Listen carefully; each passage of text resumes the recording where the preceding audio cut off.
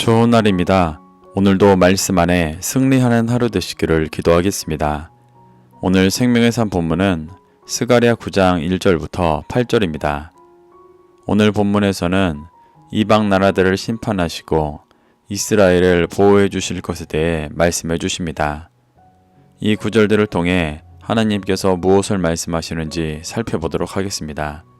1절부터 2절입니다. 여호와의 말씀이 하드락 땅에 내리며 다메섹에 머물리니 사람들과 이스라엘 모든 지파의 눈이 여호와를 우러러 보미니라. 그 접경한 하맛에도 임하겠고 두로와 시돈에도 임하리니 그들이 매우 지혜로움이니라. 9장은 8장을 기록하고 약 40여 년 후에 기록되었습니다. 8장에서 성전을 재건하다가 금식에 관한 질문을 했던 유다 백성들에게 진정한 성전의 회복에 대해 말씀하신 후에 2년 후 성전이 완성되었었습니다.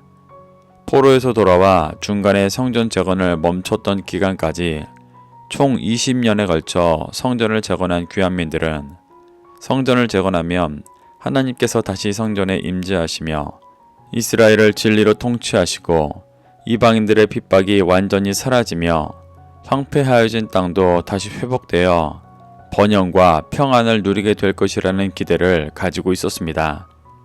하지만 성전이 완성되고 40여 년이 흘렀지만 유다는 여전히 바사의 속국이었습니다.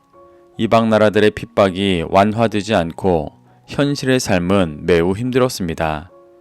그런 과정 속에서 유다 백성들은 성전을 재건할 때 하나님께서 선지자들을 통해 말씀하셨던 진정한 회복에 대한 약속에 의심을 품고 흔들리기 시작했습니다. 그래서 하나님은 다시 스가랴를 통해 영광스러운 미래의 비전을 바라보며 굳은 신앙을 가질 것을 도전해주고 계십니다. 이를 위해 먼저 진리를 거부하고 이스라엘을 괴롭게 하던 이방 민족들이 심판받을 것에 대해 말씀하십니다. 한글 성경에는 명확히 번역되어 있지 않지만 히브리어 성경의 처음 시작이 마사라는 단어로 되어 있습니다. 이는 신탁, 경고라는 뜻으로 이후 나오는 도시에 대한 경고와 심판의 메시지를 전하시는 것입니다. 하나님은 이 경고와 심판의 메시지를 이스라엘의 모든 지파의 눈이 여호와를 우러러보며 보게 될 확실히 이루어질 일이라고 말씀해주고 계십니다. 1절에서 나오는 하드락은 성경에 여기에서 한 번 쓰인 지역으로 시리아의 다메섹 동쪽에 위치한 성읍으로 봅니다. 하나님은 먼저 이스라엘 북쪽에 위치한 시리아 지역의 하드락과 다메섹에서부터 서부 해안을 따라 남쪽으로 있는 도시인 하맛과 두로와 시돈에도 사례대로 임하셔서 말씀하신다고 하십니다. 이 5도시들은 진리를 거부하고 이스라엘을 괴롭게 했던 대표적인 도시들이었습니다. 2절에서 이들에 대해 매우 지혜롭다고 말하는데 이는 긍정적인 의미가 아니라 스스로 지혜 있다 여기며 하나님을 두려워하지 않고 구원의 길을 쫓지 않는 모습을 표현하는 것입니다. 3절부터 4절입니다. 두로는 자기를 위하여 요새를 건축하며 은을 티끌같이 금을 거리에 진흙같이 쌓았도다. 주께서 그를 정복하시며 그의 권세를 바다에 쳐 넣으시리니 그가 불에 삼켜질지라. 하나님은 앞서 언급한 5도시 중 두로에 대해 설명하십니다. 두로는 자기를 위하여 요새를 건축하고 은을 티끌같이 금을 거리에 진흙같이 쌓았다고 말씀하십니다. 이는 하나님을 의지하지 않고 자신의 힘과 요새를 의지하는 모습과 해상 무역으로 얻은 막대한 경제적 이익과 풍요를 의지하고 사랑하던 모습을 표현하시는 것입니다. 하나님은 제사장 나라 이스라엘을 통해 이들에게 진리의 빛을 비추시며 영원한 구원을 주려 하셨지만 그들은 이 땅의 가치를 더 사랑하며 헛된 것을 쫓고 있었습니다. 그래서 하나님은 그들을 정복하시며 그들이 의지하던 세상의 권세를 바다에 쳐 넣으시고 불에 삼켜지게 하실 것이라 말씀하셨습니다.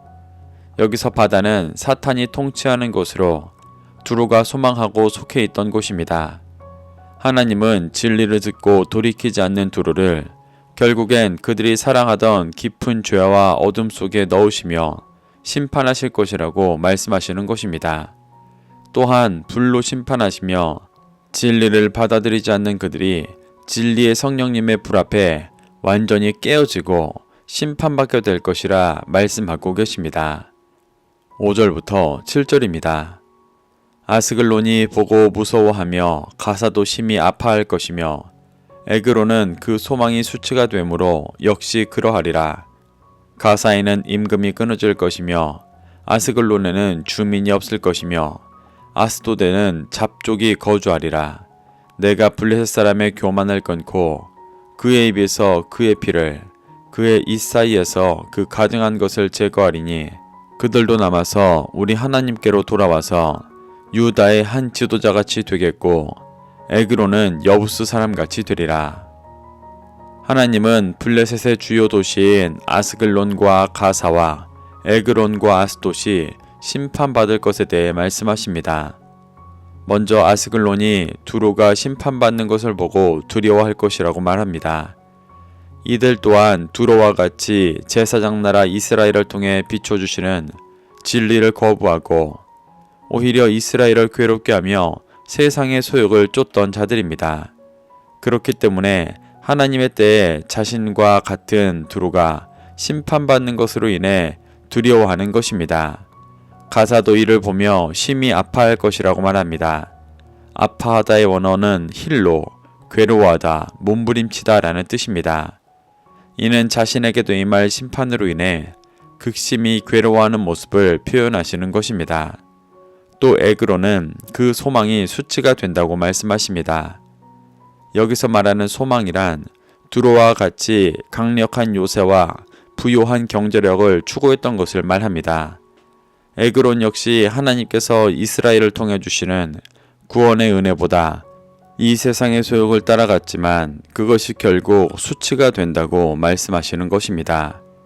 가사를 또 언급하시며 임금이 끊어질 것이라고 말씀하십니다. 왕이 끊어진다는 것은 스스로 높아진 이 세상의 권력이 끊어지고 하나님께서 왕이 되실 것이라는 말씀입니다. 에스글론도 또 언급하시며 주민이 없을 것이라고 말씀하십니다. 이는 세상의 권력인 가사의 왕을 쫓는 백성들 또한 함께 심판받고 사라지게 될 것이라는 의미입니다. 그리고 아스돗에는 잡족이 거주할 것이라고 말씀하십니다. 여기서 잡족이란 서자, 사생아라는 말로 신명기 23장 2절에서 여호와의 총회에 들어오지 못하는 존재를 표현할 때 사용되었습니다. 이는 진리를 거부하고 세상의 가치를 쫓던 자들의 땅에 결국 구원의 기회를 얻지도 못하고 하나님의 총회에도 들어가지 못하는 사생아들로 가득하게 될 것이라고 경고하시는 것입니다.